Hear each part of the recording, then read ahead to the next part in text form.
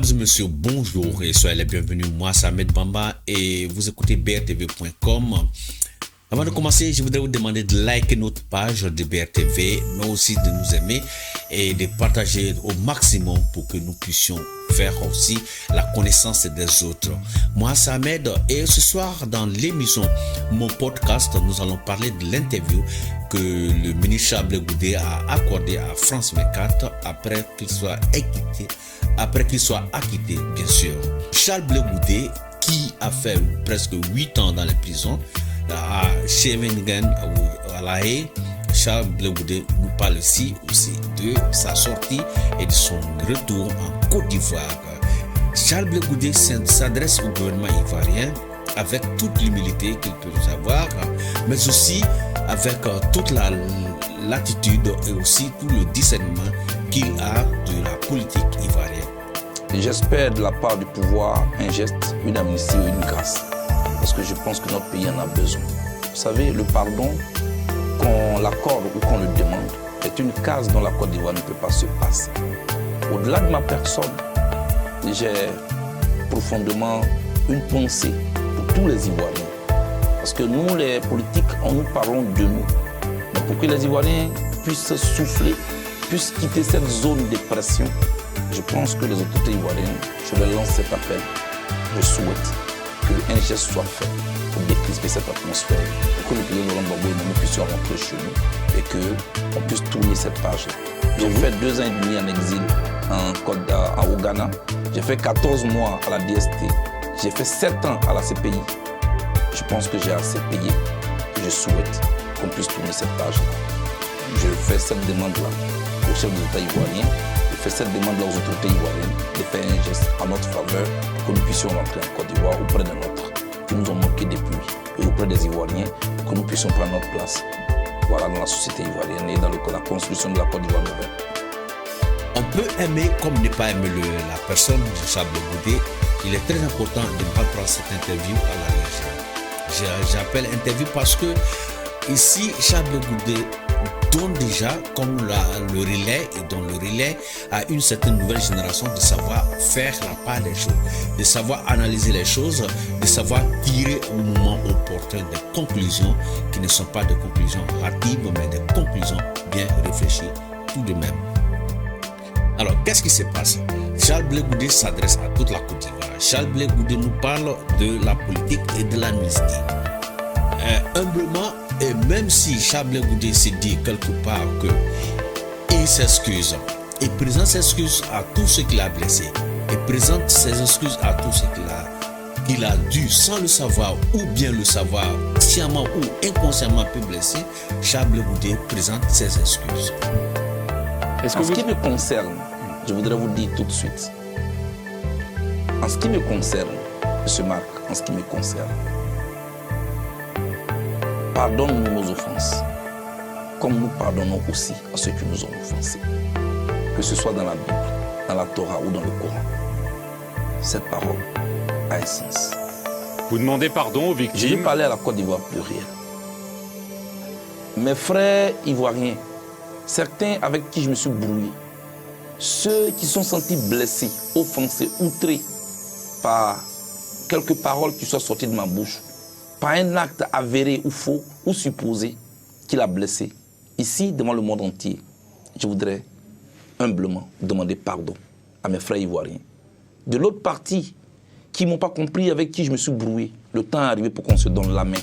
Parce qu'on ne peut pas continuer ainsi à nous accuser mutuellement, à vouloir écraser l'autre. Le résultat est connu, c'est la désolation. Je suis venu ici sur fond de crise, sur fond de conflit. Je voudrais repartir sur fond du rassemblement des Ivoiriens. Je veux qu'on rassemble les Ivoiriens de nouveau. Pardonnons-nous les uns les autres. Moi, je demande pardon, humblement.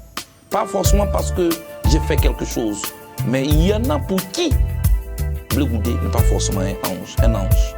Ceux-là, on ne s'est pas compris. Je viendrai vers eux pour qu'on se parle, pour qu'on puisse s'expliquer, pour qu'on puisse comprendre enfin que nous avons une chose en commun, c'est la Côte d'Ivoire, qui a besoin qu'on puisse se construire. Moi, je veux repartir sur la base d'un rassemblement, qu'on tourne la page. Je demande humblement pardon.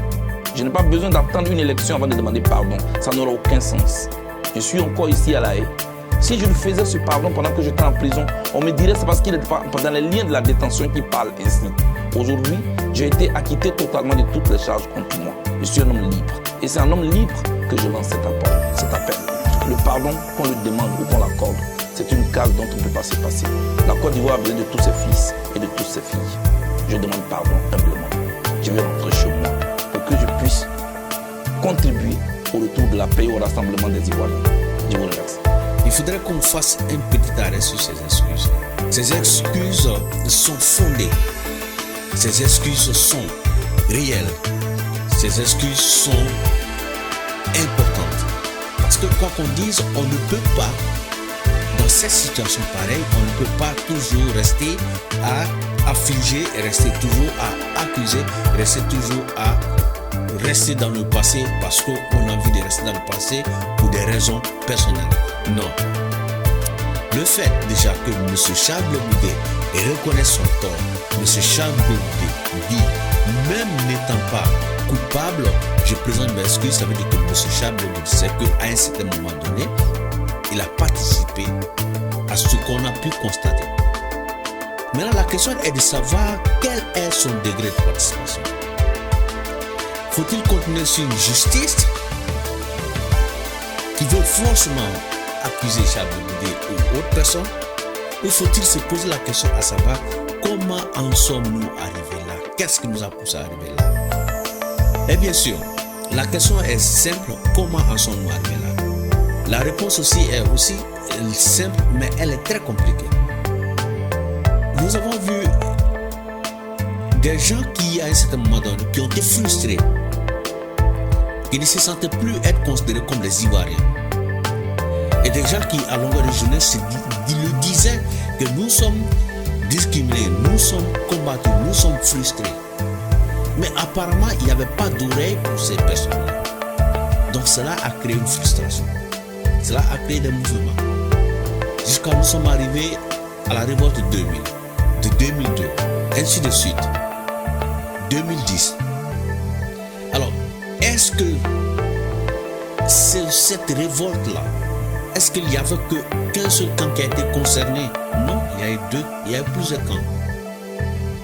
Alors, ce qui s'est passé, c'est qu'à un moment donné, on a tous compris qu'il fallait la justice, qu'il fallait la transparence.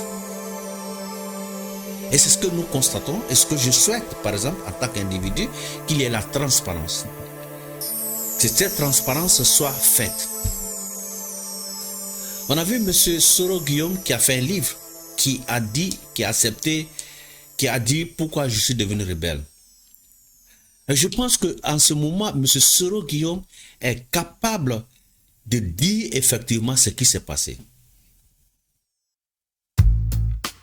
Parce que on peut bien dire que Charles Blé Goudé et Laurent Gbagbo ont été coupables aussi, mais la suite, même si tout le monde ne la partage pas, la suite est qu'ils ont été acquittés. Donc ça veut dire qu'on ne les a pas trouvés impliqués dans cette histoire. La question que tout le monde se pose actuellement est les 3000 morts, ou plus même que les 3000 morts, qui en sont les coupables? Le président Gbagbo et moi, nous avons été passés. Quand on ne se reproche rien, on n'a pas peur de la justice et on ne doit pas craindre la justice. Je le dis, un citoyen qui est suspecté d'avoir commis des crimes peut venir à la Cour pénale internationale, se soumettre à un procès et s'il est reconnu innocent, peut repartir chez lui. Depuis hier, la Cour pénale internationale, par sa chambre d'appel, a estimé que le président Gbagbo et moi, nous sommes innocents et que nous devons rentrer chez nous. Moi, je suis content d'avoir subi ce procès pendant longtemps et je souhaite, c'est mon souhait, que chaque responsable ivoirien vienne là et que sa responsabilité soit située enfin. Parce qu'il y a eu des morts, il y a eu beaucoup de morts. Il y a eu, au-delà des morts des orphelins, il y a eu des victimes. Et j'ai un mot et une pensée pour ces victimes-là aujourd'hui. Je pense qu'il faut que la responsabilité de tous les acteurs de la crise politique ivoirienne soit située. Et puis, comme ça, vous voyez, les murmures vont cesser. Et puis, nous allons nous pardonner les uns les autres. Et nous allons avancer ensemble pour la Côte d'Ivoire. Si M. Laurent Gbagbo et M. Charles Blé Goudé, qui ont fait 8 ans ici à La Haye, sont reconnus pas coupables, donc il y a quelque part un coupable. Dans un premier temps, il y a quelqu'un déjà qui a reconnu être à la tête de la rébellion. Donc je dirais que la personne la mieux placée à pouvoir répondre à cette question, c'est d'abord Soro Guillaume. Je n'ai rien contre Soro Guillaume. Je n'accuserai pas Soro Guillaume. Je ne ferai pas de clash contre Soro Guillaume. Mais je dis, si nous voulons découvrir la vérité, déjà nous avons quelqu'un qui est connu, qui peut nous donner des explications sur le point. Donc il faut aller jusqu'au fond pour pouvoir trouver pourquoi, pour qu'on puisse savoir qui est effectivement à la base de la mort de ces 3000 personnes. Parce que jouer à la politique de l'autruche, c'est-à-dire foutre la tête dans le sable et faire semblant de ne pas connaître les choses, c'est encore créer d'autres frustrations. Ces 3000 morts qu'on dénombre par-ci par-là, ce sont des Ivoiriens qui sont morts. Ce sont des étrangers qui sont morts. Ce sont aussi des gens qui n'avaient rien à voir dans cette histoire qui sont morts. Nous voulons que l'histoire de la Côte d'Ivoire retienne que nous devons faire à un certain moment de la lumière sur toute cette histoire. Alors, le deuxième point de l'interview de Charles Blé Goudé que j'ai offert, qui m'a beaucoup touché, c'est le fait de demander au gouvernement de faire en sorte qu'il puisse se retourner en Côte d'Ivoire. On peut être contre ou pour Charles Blé Goudé, mais il y a une vérité très claire dans cette histoire. Si je suis accusé et qu'à un moment donné on me dit que je ne suis plus coupable, il faut que je puisse rentrer chez moi. Et la seule personne qui peut régler ce problème, c'est le gouvernement de la Côte d'Ivoire qui peut régler ce problème. Qui peut demander, qui peut assouplir, qui peut même faire une amnistie, comme Charles Blé Goudé l'a dit. Et moi, personnellement, je suis pour l'amnistie parce qu'il faut à un moment donné qu'on se dise, bon, écoute, tu as été accusé et tu es non coupable, donc l'amnistie s'impose. Maintenant, à savoir si les victimes qui sont là, jusqu'à présent, une justice n'a pas de durée. On a vu des gens qui ont été coupables pendant la Seconde Guerre mondiale et que même en 2020, 2021, on continue de les juger. Si jamais on se rend compte après que Soro Guillaume s'explique sur ce qui s'est passé, sur la rébellion, et que Soro Guillaume dise que telle ou telle personne est coupable de tous ces morts, dans ce cas-là, s'il se trouve que Charles Blé Goudé est encore impliqué,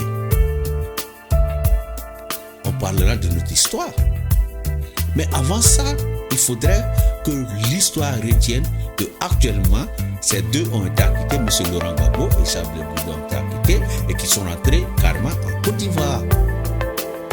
Et que par contre, que l'histoire retienne que Soro Guillaume, qui a écrit un livre pour dire pourquoi je suis devenu rebelle, Soro Guillaume, qui a été le responsable, le secrétaire général des Forces Nouvelles, Soro Guillaume, qui connaît les dossiers de cette révolte, de ce push, que Soro Guillaume puisse s'expliquer pour que enfin la mémoire des Ivoiriens tombés soit assouplie, la mémoire des Ivoiriens tombés soit au moins encore honorée, que ces morts se reposent à jamais. Et le troisième point que j'ai beaucoup aimé, c'est le fait que Charles Goudé, et le point que j'ai le plus aimé encore, c'est le fait que Charles Goudé dise qu'il présente ses excuses à toute la nation. Oui, il faudrait que la classe politicienne ivoirienne apprenne à prendre sa responsabilité. Il faudrait que la classe politique ivoirienne apprenne à prendre sa responsabilité. Il faudrait que l'impunité cesse d'exister. Il faudrait que la Côte d'Ivoire pense à une autre juridiction pour pouvoir éviter tout ce que nous avons mis là. Et quand je parle d'autre juridiction, il faudrait que la Côte d'Ivoire, pour clarifier tout ce problème-là, non seulement essaie de trouver des coupables des meurtres, chaque fois que ça se fait, que ce soit le charnier de Pougon, que ce soit d'autres, il faudrait que la lumière soit faite. Mais il faudrait aussi que la Côte d'Ivoire essaie de régulariser la situation des étrangers sur son sol. C'est-à-dire qu'en introduisant la carte de séjour qui va définir clairement qui est ivoirien et qui ne l'est pas. Parce que la carte de séjour n'est pas une discrimination. La carte de séjour, c'est un contrôle, c'est un moyen de savoir qui est sur le sol ivoirien et qui n'est pas ivoirien, qui est ivoirien. Peu importe, la juridiction de la Côte d'Ivoire a défini les conditions d'ivoirité, donc qui est ivoirien, et c'est ça qui est le plus important. Si vous êtes ivoirien, vous n'avez pas besoin de carte de séjour. Si vous ne l'êtes pas, vous prenez vos cartes de séjour. S'il y a un contrôle, c'est bien mis là, carte de séjour. Et ça se passe dans tous les pays les plus civilisés au monde. Donc je ne vois pas pourquoi il y a un problème là-dessus. Donc quand Charles Blé Goude dit je retourne participer à la scène politique de mon pays, c'est son droit et c'est son devoir d'y participer. On n'a pas besoin d'être pro Charles Blé Goude parce que c'est parce que il y a l'ignorance qui s'installe qu'on devient pro à tort et à travers. Sinon, la constitution de la Côte d'Ivoire définit clairement toutes les règles, définit clairement tout le code de conduite. Donc, on n'a pas besoin d'être un pro si on connaît sa propre constitution. Alors moi, j'ai essayé à ma manière de voir, d'analyser cette interview et je suis arrivé à la conclusion personnelle. Il faut qu'à un certain moment donné, nous arrêtons d'être des fanatiques. Il faut qu'à un certain moment donné, nous acceptons de nous instruire, de lire nos constitutions, de comprendre nos constitutions, de savoir que la politique, c'est une personne d'individus. La politique, c'est une chose, ça concerne que des individus. Et quand nous remarquons tous les politiciens, Amadou Gon Coulibaly, je dirais Ahmed Bakayoko, je dirais le ministre Sidiki Diakité, et je dirais même aussi d'autres personnalités qui meurent dans l'ombre de l'opposition, que ce soit de l'opposition, que ce soit de parti au pouvoir, qui meurent dans l'ombre et ils laissent à côté toute la famille meurtrie, toute la famille endeuillée. Et c'est de ça, et c'est cette politique-là que nous ne devons pas accepter. Nous ne devons pas accepter la politique individuelle, la politique d'une personne, la politique de Mathieu. Nous ne devons pas accepter ça. Nous devons accepter connaître nos propres constitutions. Nous devons apprendre. Il est du devoir, il est de la responsabilité, et je dirais même de l'obligation des partis politiques de former leurs sympathisants. Il est très important, il est primordial même de savoir ce que c'est ton propre parti. Si vous acceptez d'être du FPI, vous devez chercher à savoir qu'est-ce que le FPI dit, qu'est-ce que les règlements intérieurs du FPI disent. Si vous êtes du RHDP, c'est de savoir ce que votre propre parti dit. Alors nous allons terminer, je vais terminer encore sur ce point pour vous dire que l'avenir de la Côte d'Ivoire, malheureusement, devrait appartenir à la jeunesse. Je vais terminer pour dire que l'avenir de la Côte d'Ivoire devait malheureusement appartenir à la jeunesse. Alors pour terminer, je voudrais terminer par ceci. L'avenir de la Côte d'Ivoire est dans la main de la jeunesse. Mais malheureusement, nous constatons que cette jeunesse, la jeunesse ivoirienne, a d'autres soucis. La jeunesse ivoirienne se livre plutôt aux injures. La jeunesse ivoirienne s'adonne aux injures. La jeunesse ivoirienne s'adonne au clash. La jeunesse ivoirienne se laisse utiliser par des gens qui, moyennant des sommes d'argent, ne diffusent que la haine toute la journée. Peu importe votre bord politique, si vous êtes ivoirien, avec un cran de dignité, avec un cran d'honnêteté, avec un cran de souffrance commune, vous devez accepter de vous battre. Car vous êtes voisins depuis des années. Vous vous connaissez depuis des années. Mais vous vous laissez chaque fois maltraiter, chaque fois tuer par des discours haineux. Si la Côte d'Ivoire veut avancer, la Côte d'Ivoire doit accepter de découvrir des coupables. Parce que nous ne pouvons pas chaque fois qu'il y a une enquête, chaque fois rester dans cette position. C'est-à-dire quoi? C'est-à-dire qu'il n'y a jamais de punis, il n'y a jamais de coupables. Et alors que nous savons très bien que la population n'est pas aussi dupe qu'on peut faire penser croire, que cette population est en mesure d'indexer les coupables. Pourquoi n'allons pas vers la population? Pourquoi attendre que les élections? Pour pouvoir parler de paix. À qui profitent ces discours haineux pendant les élections? Ce n'est pas à vous et moi, mais c'est plutôt aux enfants de ces politiciens qui font des études et qui viendront vous commander, qui viendront être vos leaders dans l'avenir. Alors que vous avez sacrifié votre propre enfant. Vous avez poussé votre propre enfant dans la rue pour que votre enfant soit tué. Et celui pour qui vous avez fait tuer vos enfants, il amène ses enfants en Europe pour faire des études et ce dernier reviendra pour vous diriger et encore vous, à l'âge adulte, vous allez avoir des slogans pour ceci, pour cela. C'est ça qu'il faut voir.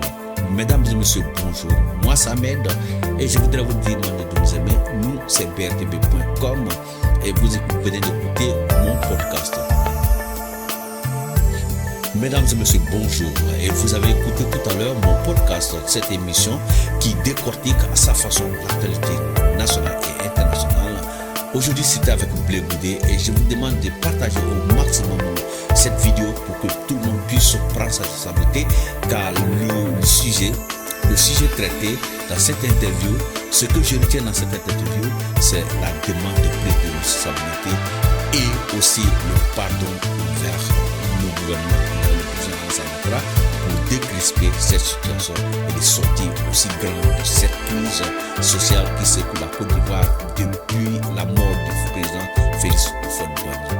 Merci à vous et je vous dis encore une fois de plus, n'hésitez pas à partager notre page, n'hésitez pas à partager notre groupe qui est sur YouTube sous le couvert de brtb.com, mais aussi notre page Facebook, likez-nous et nous allons cortiquer l'actualité de façon et de la façon la plus simpliste.